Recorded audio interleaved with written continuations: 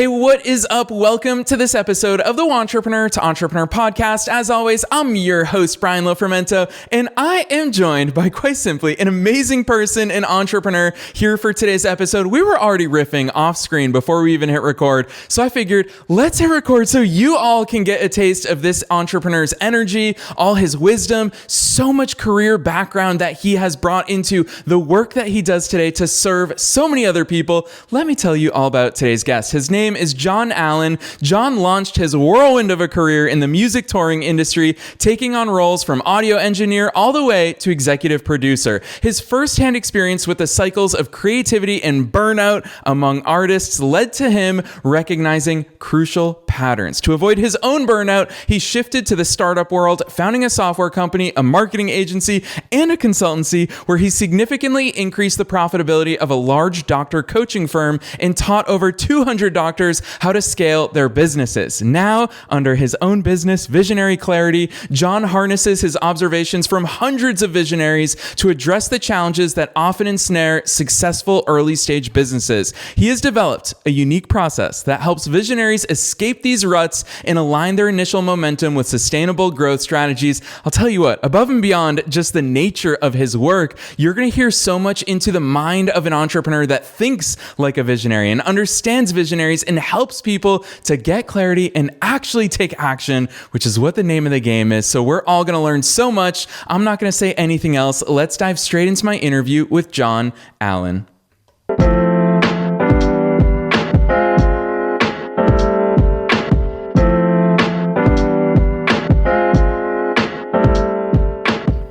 All right, Jon, I see you rocking out to our pre-roll jams here on the show. I'm loving it. Dude, welcome to the show. Oh, I'm so excited to be here. Heck yeah. Honestly, this has been a conversation that has been long awaited, much anticipated on my end. But first things first, you got to take us behind the bio because you have so much stuff that I could brag about. Who the heck is Jon? How did you start doing all these cool things? You know, it's funny. We're doing some recon on you, doing the appropriate amount of internet stalking and all the documents you sent over, which is fantastic. And we've actually had kind of a similar journey, you and I. I left college at 19, decided it wasn't for me, and it was crazy. So I did about a semester worth of college, and then I joined the circus, i.e. the music touring industry. I ended up living in Nashville for about 20 years. I spent 15 years touring the planet, audio engineer, production manager, tour manager, show designer, producer, executive producer. I designed some huge shows. At one point I think about 20 or 22, I decided to create tour management as a service, which was exciting, and had some decent sized clients. I saw the same repeating patterns over and over again as some of the visionary artists. 37 countries, airline status all over the place. It was a blast. And then I quit cold turkey. Started a software company called Aware, amazing product. Crap partner, ran out of money, moved on, started a podcast about processing the difficulties of the modern church. Don't want to go into that because it was crazy. I learned a lot about people transitioning out of one phase of life into another. Marketing agency 1, marketing agency 2. Started as a freelance integrator. That's when I started to realize I was kind of a visionary whisperer to some extent. And joined a large company doing doctor coaching, built a viable product out of the founder, which I didn't think that was possible because he was essentially selling his own time, which everybody wants to sell their own time in the beginning, but then you're stuck in the time for money equation, which you can't get out of. And so we started at 9 clients and a negative P&L. And when I left, we had 200 plus clients, nearly $3 million in revenue and about 20% profit margin, which is incredible. That's when I founded Visionary Clarity as a side hustle because I realized working with at least 200 crazy visionary doctors, a lot of the theories of how to focus that incredible visionary energy was starting to. So Visionary Clarity, side hustle. Co-founded a startup doing certification for short-term rentals called ClearStay. Got funded, made it into the validation stage, did not validate out. Short-term rentals do not want a big light shine on their moldy dark corners. That's how it works. There's a recurring theme here with me trying to take on large industries. At that point, I sold 95% of my worldly possessions and turned into a full nomad. So I own 2 suitcases and a backpack, and that is all. And then I co-founded a platform to try to help fix Medicare insurance because my parents were becoming of that age and I thought I would jump in. And we got shot down by the giant monopoly powers and almost got sued. So I gave up on that. The point, I try to go as fast as possible, is that all of that taught me focused, crazy visionary energy can save the world, is my strong opinion. Unhealthy, unfocused visionaries are the death of so many great ideas that could have made a big impact on the planet. That's when I realized the greatest impact I could have for humanity was helping focus visionary energy with all the madness that I had learned and all those different experiences. That's as fast as I could go.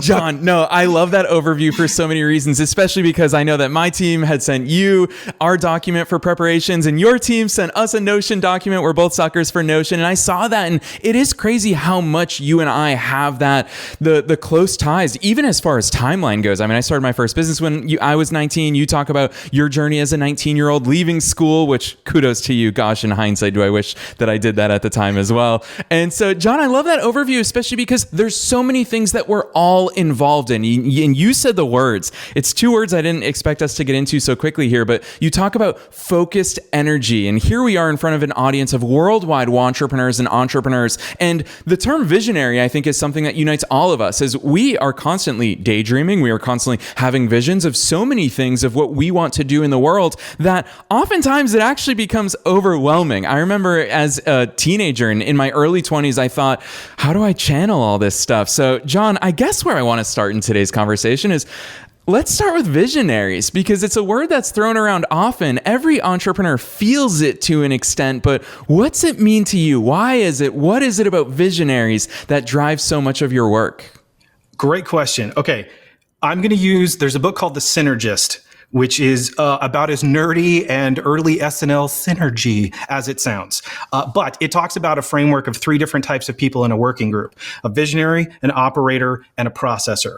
And think about 3 separate people in this instance, but it also applies to larger groups. And by the way, I'm stealing everything out of this book. None of this is original idea, but all of its theories have tested out proof for me over the years. The visionary, big ideas, that's their superpower. They pull ideas out of thin air. Nobody else had thought before. They saw patterns. They bring it all together. Their sin is they think the idea is the easiest part and they don't really like to do stuff.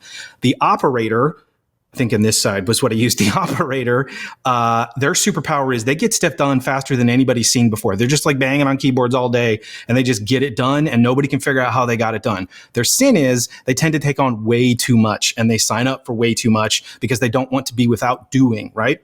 Okay, so a processor, their superpower is to see patterns in what those two made and turn them into repeatable, scalable processes. Their sin is they would make process for its own sake. If it was up to them and nothing would ever get done. So in a healthy company, you need all 3 of those things working together. Now, if you're talking about an early stage company, it's usually one person and someone helping, or 2 founders, or it's not a very large team size. And so it's important to recognize which role at which moment out of those 3 things you might be playing. And almost every time we go through the visionary clarity process, we discover in their executive team, because it's usually larger companies, in their executive team, they slant towards visionaries and operators and nobody's a processor, or they slant towards operator. And so the concept of a synergist is someone that is all 3 of those things. And that's like 0.1% of the population. But does that answer your question? That's how I would define a visionary in that 3-person framework. Yeah, for sure. Not only does it answer it, but I think it introduces so many threads that I already know we're going to be short on time here today, Jon. I think you and I both knew that before we even record. But I think that one thing that's fascinating is when we talk about the visionary, so much of your messaging and positioning and your message to the world, really, of what you help people with it's that interesting cycle. And I don't know if it's a cycle or if these two are intertwined, of creativity and burnout. Why do those 2 things? Why are they related to each other? Yeah, good question. Most people in that visionary operator processor framework, most people are strongly one and a little bit of the other and probably none of the third, whatever that might be. And they fit in different places. And when you have to do things outside of your strengths, it gets real exhausting, because if you're a visionary, you don't want to come up with a repeatable process. That kind of sounds like death to you. If you're a processor sitting in a chair and dreaming all day and coming up with some incredible new product idea that changes the world, sounds terrible because I can't put that into a process. So if you have a group large enough to have a decent amount of people, it's helpful to discuss how each role needs to look at the other with respect and dignity and understanding. Oh, you need to be a crazy visionary. You need to live outside the way of normal thinking, and that's okay because we have operators and processors to support it. Processors, you don't get mad at the visionaries when they don't do the process because they might be coming up with something new.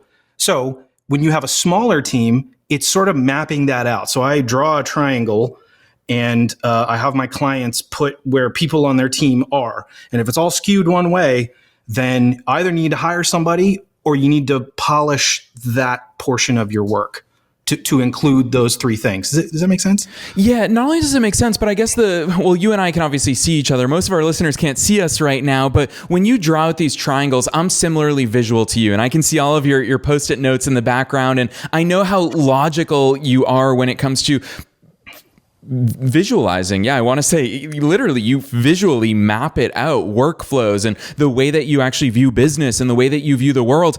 Is this something that is sequential? Is it cyclical?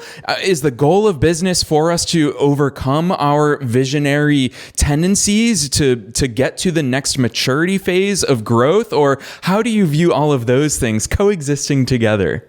Yeah, good. I would say our goal is to try to be as synergisty as possible in doing all three of those things and respecting the importance of it. However, if you don't want to be a visionary, you don't want to be an operator, then taking time to allow outside opinions that do fill those roles, it just makes for such a happier work time and so much more enjoyment of work when you understand sort of where you fit, and then not getting mad at yourself. I'm not a crazy visionary. Hey, that's completely okay. Because I believe what I said at the beginning. Crazy visionaries who are healthy and focused in the right direction genuinely can change the world. I have faith in that. And I've seen it happen many, many times. I've also seen it fall apart. So that's why I do what I do. Did I answer your question? Yeah, for sure. But it's fun for me because I'm layering our conversation with where we are currently, knowing that we're being listened to by thousands of people all around the world. But also I have obviously my background research. And what I think of hearing you talk about these things is now I'm starting to see the message that you put into the world of the business of business. I'm starting to see where that starts coming into all of this work, because for visionaries, they want to dream things up. They want to have ideas. But the reality is that in business, we are in business, and business comes with marketing and sales and accounting and workflows and processes and all of those things. Talk to us about the business of business, because I think it articulates a concept so well that so many people may not understand until they actually get into business and have some sort of growth. Well, it's different per visionary operator or processor in the weird little triangle I'm talking about. I specifically talk to visionaries. So a visionary doesn't think that process is, well, let me rephrase that. An unhealthy visionary who hasn't necessarily gone through my process or has had education on this, they don't like doing process. They think it's stupid and it holds them down. And so visionaries don't tend to, in the beginning, respect operators. And so when, let's say, a crazy visionary started a business, they've hired an early team, they're getting early successes, it's going pretty well. Once the business of business, which is what operators tend to do, but if you want to grow a business, it's got to be scalable. And so most businesses start with a visionary and an operator, somebody who dreams the dreams and somebody who does the stuff. That would be a visionary and an operator. But to truly have a scalable business that continues to grow, you do need the processor angle of it, and you need all three of those types to actually respect each other.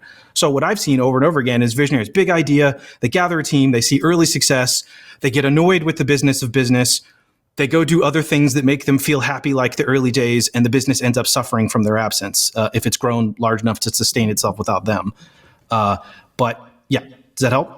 Yeah, for sure. And I think it leads us right down, because hearing you talk about processes, it really is, in so many ways, our conversation today is a dichotomy, because we are talking about kind of the ethereal things, but then you're also using business terms, because Jon, you personally have a ton of experience when it comes to navigating the world of growth-minded businesses. And so I want to go into the process world, because it's something that your team queued me up on, and I obviously can see the Post-it notes behind you. The perfect path, as far as processes go, walk us through one of these frameworks and exercises that you work with. Exactly. This is something I thought could be incredibly helpful for your listeners. This there's a version of it. Wait, which side? This version over here to the audio listeners. I am pointing to a large collection of multicolored stickies on a wall behind me. They are outlining kind of the perfect path. So I think this could help everybody. It doesn't matter the business size. And I will start by saying it doesn't matter if you're a visionary, operator, or processor, doing this is incredibly helpful, because I don't want you to fall prey to the, how do I say this, never-ending big tech upsell which that will make sense when I get to the end of the spiel. What we do, and this is actually part of our visionary clarity process that I take CEOs and other C-suite members of large companies through. So we go through a ton of stuff. It's 4 days. It's like 10, 11-hour days. It's super intensive, our process. But this is one out of many things that we go through that's, I think, most helpful. So when I say perfect path, this is the perfect path you want your customer to take. And this is from they have no idea who you are on one end, to they've done everything you've ever wanted them to do and bought every product or service that you ever wanted them to do. All right. So, and I'm talking about sticky notes. So to the audio listeners, start on one end and draw a line of stickies, which each step you want everybody to take along the perfect path. So you, from left to right, you're outlining the perfect path on the first row, first meaning top to bottom. And then in that perfect path, so example would be, and I've seen lots of businesses do this, it's ad campaign into, let's say, like education courses. So it would be like an ad campaign from a couple sources into a webinar, into a Q&A call if they need it, into like a whatever phone call if they have a sales team, they want to go that route, into I wish they would look at the offer page, into and so it sounds kind of like a funnel diagram, because it is to some extent, but I strongly recommend you keep going past the funnel. Okay, so let's say I did the thing and I bought your thing. What do you want me to do? And I've seen way too many companies let me pause and say this. Your customer does not care what system they're interacting with.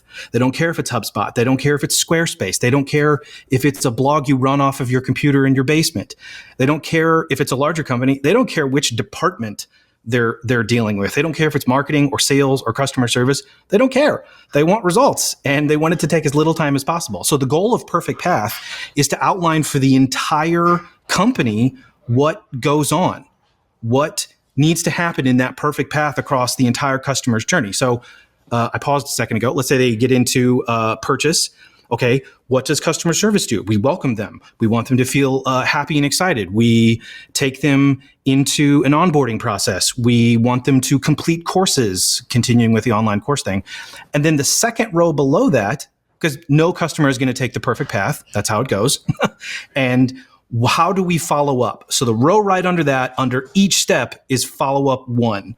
So let's say they go to the webinar, but they don't go to the sales page. Okay, well, we've gathered their email, so we need to follow up with them. So you usually have 1 to 4 follow-ups in succession under each step.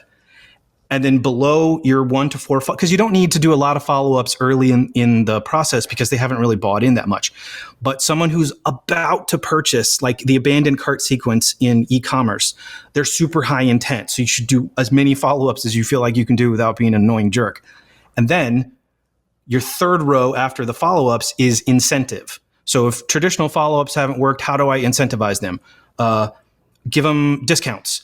Give them a free phone call. Like for coaching, it's a free phone call with the founder or whatever to try to increase it. And then your fourth row is last chance. What do we do at last chance? So for traditional sales models, it's usually sales starts actually calling their phone directly and harassing them, or whatever your sort of last resort is. And then once you go through all of that, don't over-tech yourself. So if you're brand new and you're just getting started, write out the perfect path of exactly what I want, the follow-ups, the incentives that come below that, and then what am I doing last chance, just for that specific step. And then, oh, by the way, if you have continued sales after that, let's say they buy one course, you want them to buy another, buy course number 2 comes further down in your perfect path steps. But the point is, big tech companies want to upsell you all kinds of stuff. They want you to be like, oh, you need 14,000 lines of metrics and you need all these other things. When you know the perfect path for your customer, make the tech do that. And that is all. Like, don't be overwhelmed by all the stuff they want you to use and understanding how all these other things work. Hopefully that makes sense. Yeah, Jon, it's funny for me to picture the nature of your work, because when we talk about visionaries, it gets me excited. Honestly, even just, and of course I can see you here today, but even seeing you lay this out visually makes me want to do it across all of my businesses. And I've seen, obviously I've crawled deep through your work with Visionary Clarity, and the overarching testimonial that I see is people are just like, this is not normal coaching. This is not the way that other coaching services exist. And so part of me wants to understand understand the dynamics of these exercises, because that's a real life exercise that you just did in front of and for all of us here today. How much of that is, because I'm picturing kind of the operators and they're going to be saying, well, if we're going to do that, then we're going to need this in place and we're going to need this. How much of this work is saying, forget all the buts, forget all the mechanics of how we're going to make this a reality? Are those things you worry about in these processes, or is it more just let's ideate and then let's worry about executing after? I'd love to hear how you navigate that. Yeah, great. Keep in mind that my clients are crazy visionaries, whom I love, by the way. When I say crazy visionary, that is a term of endearment. I absolutely love them. And if you're a visionary and it sounds like I've ever downplayed you, nuh-uh, you're my people. I like you. The process that we go through for the visionary specifically helps them to see the complexity of a thing. Because remember I said visionaries, and again, I'm vastly generalizing. All of our clients, we do unbelievable deep dive research on them. We talk to their team members. We talk to other people. So our process is incredibly custom molded for that specific person. So I'm making hasty generalizations for the sake of speed. But a visionary doesn't particularly like the process, right? They're like, I got a big idea and I'm going to do a thing and it's going to be incredible, and then just do it. And then done. A couple of the visionaries I've worked with, they go from extremely high level and they dive straight into the weeds and they skip all the steps in the middle. And what mapping out the perfect path helps everybody, it helps the visionary go, oh, okay, this is actually kind of complex. Okay, yeah, we're going to need some time. My team will not be able to do this in 5 minutes. It's going to take a second. Operators go, hey, I actually know what I'm building. Like this, or I know what I need to do. And processors go, ooh, I could automate this thing with this thing, and I could turn this into a process, and I could do this thing. And mapping out the perfect path for your customer journey genuinely helps everyone be on the same page, no matter where they are on that Synergist scale. Yeah, Jon, it's interesting for me because obviously in the nature of my work, entrepreneurs, I'm hearing people at all different steps of the process. And to the uninformed entrepreneurs, and actually even people outside of the world of entrepreneurship entirely, the knockback that I hear so frequently is, oh, well, I don't have any ideas. I don't even know what my business is that I would start. And so I think you and I are more aligned in the fact that visionaries have not a shortage of ideas, but an excess, way too many ideas. So the more that I get to talk with incredibly successful entrepreneurs, just like yourself, Jon, we are so fortunate to have so many entrepreneurs at all different stages here on the show. The more I realize that they just have incredible filters of ideas. And those filters have come through reps. Those filters have come through successes. They've also very much come through failures. And they're just really good at knowing how to filter those ideas as they inevitably pop up, hundreds of ideas a day. Put me in the shower for 30 minutes and I'll walk out with at least 30 ideas. And so, Jon, talk to me about what that filter looks like, because our listeners who are entrepreneurs, they know that they got ideas. How the heck do we filter, this is a good one worth pursuing? Let's just throw this one to the side, either for now or forever. Yeah. First of all, understanding the other roles. So if you feel like you're entirely visionary, then also think about how you're going to have to do all the tasks to do it. And if it's a solopreneur, just a single person, imagine, like, have the idea. For the love of all that is holy, have the idea. Please enjoy it. Bring emotional happiness to your body by having a giant idea. Don't stifle it. Let it happen. And it does take a little bit of hubris. A certain amount of visionary energy takes a little bit of, yeah, this is going to work. I don't know how at the moment, but it's going to work. I live and die by a healthy amount of hubris. Too much, you turn into a crazy person. But have the ideas. But then as soon as you have the ideas, don't be afraid of going, okay, how would I actually do it? Let me map out what my customer would do. Oh, you know what? I'm missing a step here. Okay, let me plug this in. Oh, you know what? I skipped a step. Okay, let's do this. And then you've given yourself a task list. I need to do these things in this perfect path that I want my customers to take. And then most visionaries don't want to turn on processors. So my strong suggestion is hire one. Hire a processor off of Upwork. But most of the time in the beginning of a business, you can get away with just a visionary and an operator. The point in which you want to start becoming repeatable and scalable, that's when you need to bring in the processor army. Yeah, really well said. This is real strategic and tactical. I think we're really marrying those two here in today's session, Jon. So I so appreciate the way that your mind works in such a logical flow so that you can put it out for all of us, whether it's audio, whether it's video. Listeners, you get the chance to really tap into the way that Jon's mind works, which I just want to really quickly say that at the end of today's episode, we're going to talk about Jon's website, which is at visionaryclarity.com. Of course, you'll find that link down below in the show notes, but for sure, complement today's episode with a trip to Jon's business website, because if you think his mind works logically and he can articulate all this stuff so well here on the air, when you see his website, you're going to see the way that he maps it all out from his customer's perspective, from the understanding of not only how they think, but there's so many points in your website, Jon, that I'm like, you mapped it out from how we all feel. Like, it's so powerful the way that you line all that up. But I do want to go back because I'm trying to fit everything into today's episode, and I appreciate the fact that you're trying to do the exact same thing, but you talk about scale, and you talked before about don't over systematize things. Don't buy into all these things that tech companies are trying to sell to us. As an AppSumo addict, I have a heck of a lot of software tools. So Jon, I know you can relate to that. So when it comes to that, you and I obviously both have a love for Notion, but talk to us about the systems that you use, because you have mapped out so much of your own service, which is an incredible high ticket, deep dive service with incredible clients of yours. What does that look like? When you say don't over systematize it, how simple can we actually make it? Okay, well, I got to give you context to that comment. And you asked this earlier, and I actually don't think I answered it. You can grow into being different things. So when I first understood the Synergist framework, I was probably mostly processor and a little bit visionary, and it wasn't a whole lot of operator. So you can improve your understanding and your skill set in these different areas by, first of all, reading the book and understanding what they are. And similar to any of the other personality, like Enneagram or whatever, it's always better for you to take the test, but then to have a significant other or a family member or somebody who knows you well test the results and be like, no, honey, you think you're a visionary. You're not. You're just barely a processor with good ideas. So be sure to have somebody filter, speaking of filters, to filter what you think you are. But I grew into being a synergist. So I'm actually all three. And it took me a long time to do that. So my don't over systematize comes from when I started as a processor. If you remember, their sin is everything would be processed for process sake. And so I would build infinitely complex, masterful HubSpot implementations where I burned through so much money and I gave it all to HubSpot or to some other platform. And then I plugged in this platform and I plugged in this platform and I plugged in into.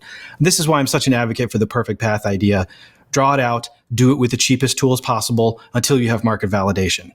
Once you feel like it's good and you have market validation and you got the fat stacks of cash coming in or just enough to pay the bills, then think about something fancy that has year-long contracts like HubSpot or Salesforce or one of the other giant ones. But yeah, to be clear, I like HubSpot. I'm not against them. It's just going after solopreneurs with a giant year-long contract for HubSpot is not a great idea, especially in the world of AI. It knows stuff, man. Like the website that you like so much, guess who wrote most of that? AI. I built a ChatGPT-4 bot. I trained it on the definition of a visionary. I fed it all of our services and products. And in 3 days, we cranked out the original version of that website. It's since, of course, had lots of edits and revisions to it. And I did it on Squarespace. I don't care if there's stigma. You know why? Because it's cheap and it's easy to use. And I don't need to implement a giant Elementor custom WordPress implementation where I don't understand how freaking plugins work. I did it on Squarespace. So all I'm saying is you don't have to go crazy. Spend as little money as possible until you validate. Then you can go nuts. Yeah, Jon, I'll tell you what, this is a public confession I've literally never made, and I'm going to do it here in today's episode. So 3 years ago, for the first probably 400 some odd episodes of this show, I used to love asking guests and other entrepreneurs about their tech stack because it's something that you don't know what you don't know. And I remember something as simple as Calendly changed the game for me. When I freaking learned about Calendly, I was like, how the heck I was actually paying someone off of Upwork, which back then it was Elance, I think was the name of it. And so I was paying someone from there to manage my scheduling for me. And then I came across Calendly and I was like, this is a total game changer. And it's something so simple and it's free and it's just an amazing tool. So I used to love asking people about tools, but Jon, 3 years ago, I made the very conscious decision to stop asking about tech stacks because there are so many freaking softwares out there these days that you get lost the more you look into tools, when the reality is it's not tools that actually do any of the work for us. It's not tools that make or break our businesses. It's of course how we use them. And I'll accept the HubSpot slander as a native Bostonian because I agree with you. I think that it's bloated. We used to use the term bloatware in the 90s. When you bought a new computer or a new phone, it was loaded with bloatware. So Jon, in 3 years, I've not asked anyone to walk us through their tech stack, but with you, your team has laid out your tech stack to me and I've gotten my eyes on it. And I think there's so much power in the simplicity of it. You use Squarespace as an example there. Gosh, I wish everyone who needed a website just use Squarespace. WordPress, too complicated. ClickFunnels, way too complicated for you. So, Jon, I'm trusting you here. Walk us through your tech stack with our listeners because I think they're in good hands. Well, and the tip on Squarespace is just watch anybody on YouTube and you'll get a code. Like every creator I've ever seen on YouTube has Squarespace ads. So don't pay full price. You can get a discount for however many months. But yeah, so our tech stack is Squarespace because it's a drag and drop thing. It's super easy to use. Anybody can use it. I can bring on a team member that doesn't understand it. And I'm like, drag thing to other thing. Done. It's super easy. It also does really good with like brand standards. People can't break the design. You get into Elementor or one of these other like full WYSIWYG, what you see is what you get editors. You can have an intern just blow it up. So you can't really do that with Squarespace, which is great when you lock it down. We use Calendly for call booking. So that's my go-to for that. And by the way, everything I've been talking about so far has been customer facing. Of course, there are tools that you need for internal stuff. So we actually use customer facing side of Notion. All of our internal project management, our calendars, my version of my script for this thing that we talked about was written up in a Notion page.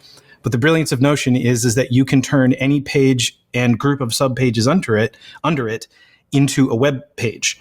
And so we actually deliver some of our final products to the clients via a web page on Notion.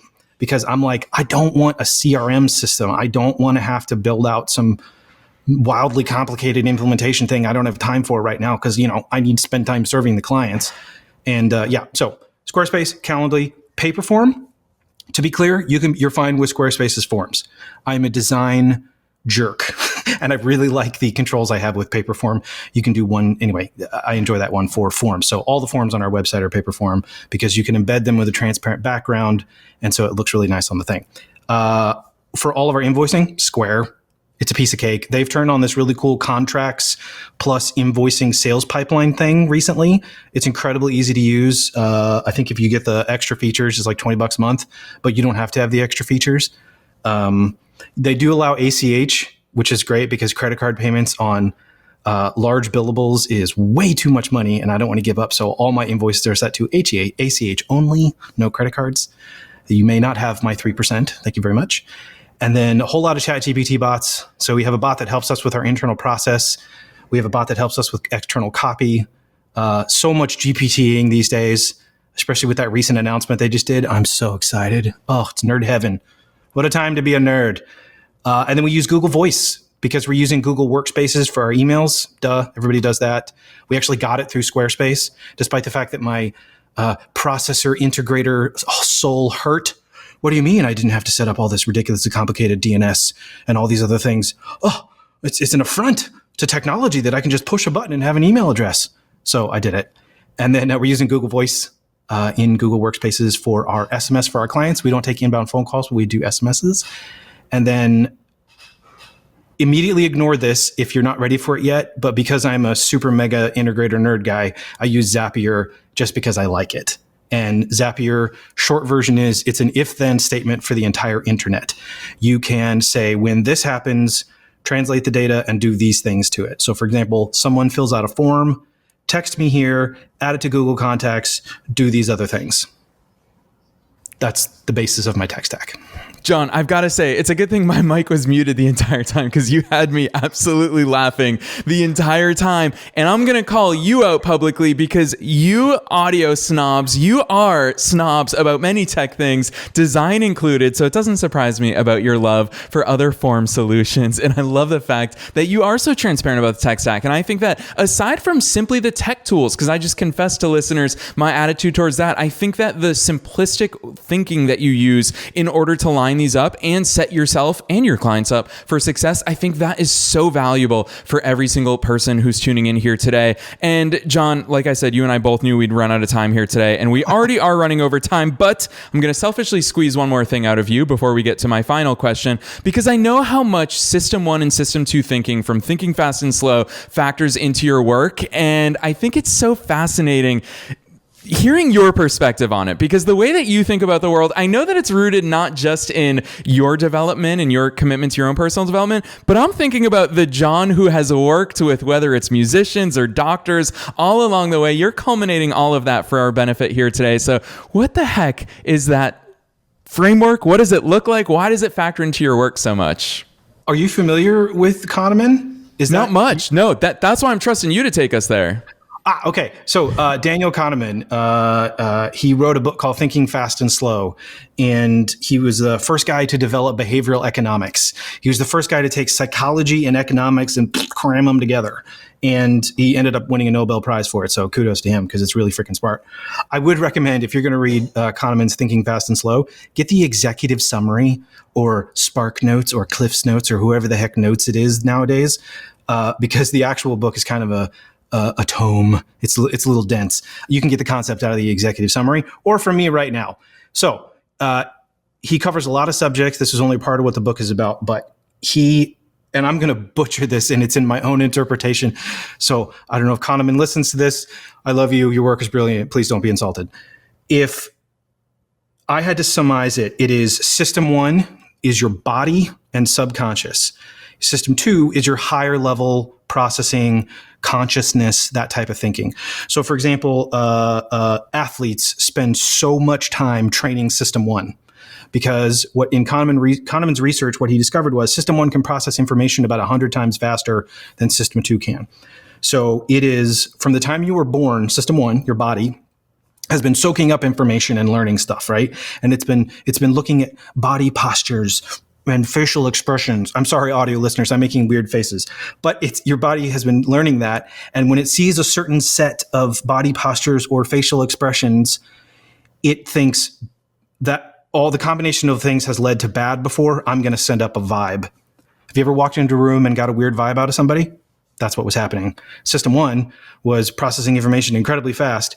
And unfortunately, System 1's only communication method is emotions and vibes.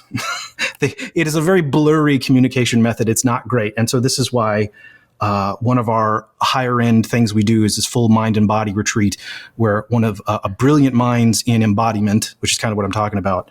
Her name is Jamie Lee Finch, incredible. She comes along and actually helps teach the visionaries as well with some embodiment practices. But we go into that System 1 and System 2 language. So you can train System 1 to do things. System 1 drives your car. You ever been driving your car and you just show up somewhere? Well, System 2, conscious level thinking, was thinking about whatever, or the groceries, or whatever's going on with the kids. And System 1 was driving the car because you can train it and it can use all the same sensors you can. I think I got off the rails and went real nerdy there. Have I answered your question? Yes, for sure.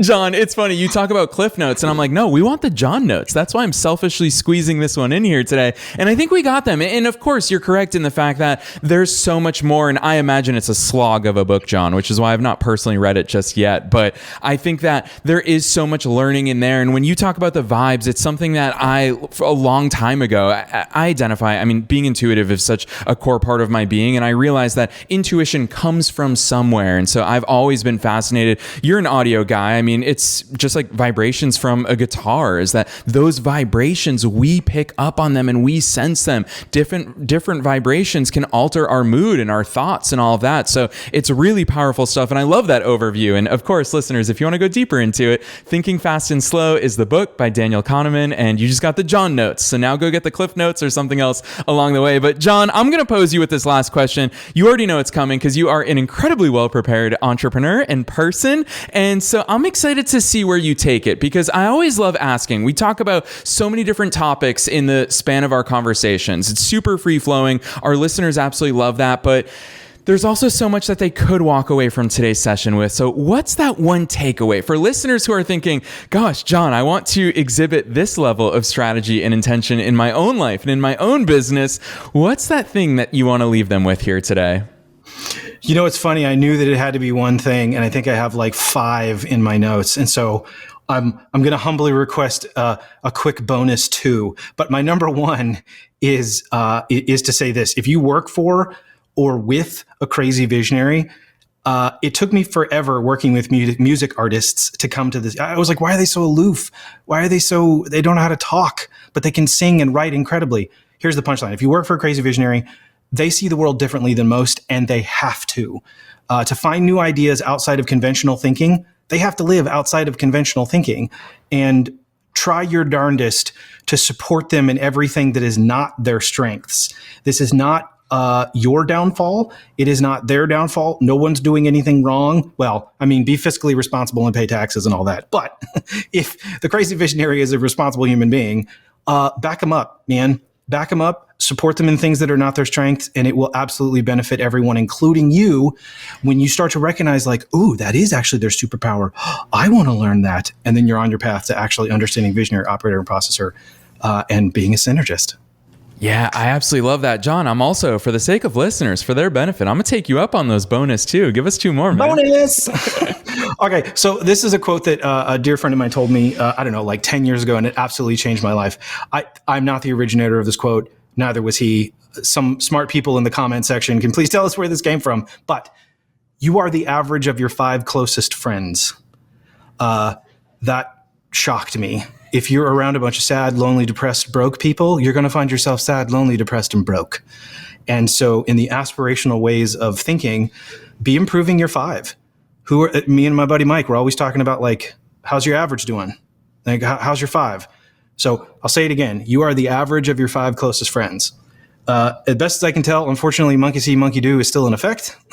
And we act and are like the things that we see around us. So you know what? You want to be good at business and smart at stuff? Go hang out with smart business people and increase your 5. And my other bonus 1, which I love, is pessimists get to be right. Optimists get to be rich. I have no idea if that's true, but it really worked for me. I really enjoyed it. Jon, I love those insights. And I'm going to compliment the you are the average of your 5 closest friends. This is a controversial topic within the world of behavioral economics, but there's a study where they showed obesity is contagious. And when behavioral economists walk around saying that, it's obviously controversial and it has a little bit of the awe factor there. But the reality is it's true, whether it comes to health and nutrition, whether it comes to our income, whether it comes to the way that we see the world. Jon, it's why I'm so grateful to be surrounded by amazing entrepreneurs like yourself. It's incredible. Go ahead. What else? You know things about this quote. This quote changed my life. It may not work for everybody, but why are they poo-pooing it? Tell me. Yeah, well, just because of the nature of obesity is contagious is people want to think, well, no, just because I hang out with someone who is a pessimist, someone who is overweight, someone who does this, it doesn't like I am impenetrable. It cannot possibly. And I think this is where I'm going to bring it back to the more ethereal thing of you talked about vibes. Man, those things, they're real. We can't see. Obesity cannot, go through the air like a virus and come into our bodies, but it's the vibes. It's the real vibrational energy on this planet that you called it out very simply. Monkey see, monkey do. We're at the end of the day, we're all human, and that's how this stuff works. I mean, honestly, we could do an entire podcast on vibes and the concept of it and embodiment in general. Me getting to know my body has been honestly one of the most important things in my entire path. In me recognizing that System 1 wants to keep me alive. That's all it wants to do. It's unfortunately running off of an operating system that still thinks there's a tiger behind the bush. So it's a little outdated. It needs a firmware upgrade, but it's not going to get one anytime soon. And so when I respect it and it's like, oh, panic, concern, I'm like, hey, man, I'm not joking. I talk to it. I'm like, hey, thank you. I recognize you're trying to keep me alive. You push the panic button about a wrong thing. So we're going to be okay. Thank you very much for trying. I got to move on now. Yes, amen to that. And that right there, here you are, Jon, up until the very final whistle, imparting on us so much knowledge as well. Because entrepreneurs, if you're thinking Jon is talking about evolution and the threats that our predecessors had to face with regards to tigers, no, those things are still present. Fear is one of those false threats that Jon is alluding to that we all need to be cognizant of so that we can overcome. So, Jon, you're such a wealth of knowledge. I've teased your work and your website so much today. It's time for listeners who want to go deeper into your work and all the brilliant and amazing things that you're doing. Drop those links on us. Well, visionaryclarity.com. That's the main one. I'm still to this day so happy I got that .com. No idea how I got that lucky.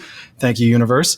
And if you happen to be a crazy, delightful visionary, we have a great little assessment on the website you can go through, and you and I can review it together and see where you're at and what's going on.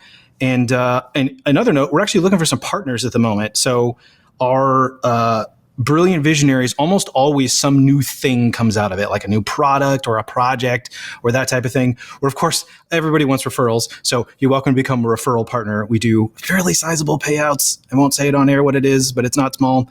And then we also are looking for partners to help us build a network of people who can implement the crazy visionaries idea. So it's down in the footer. It says become a partner on the website.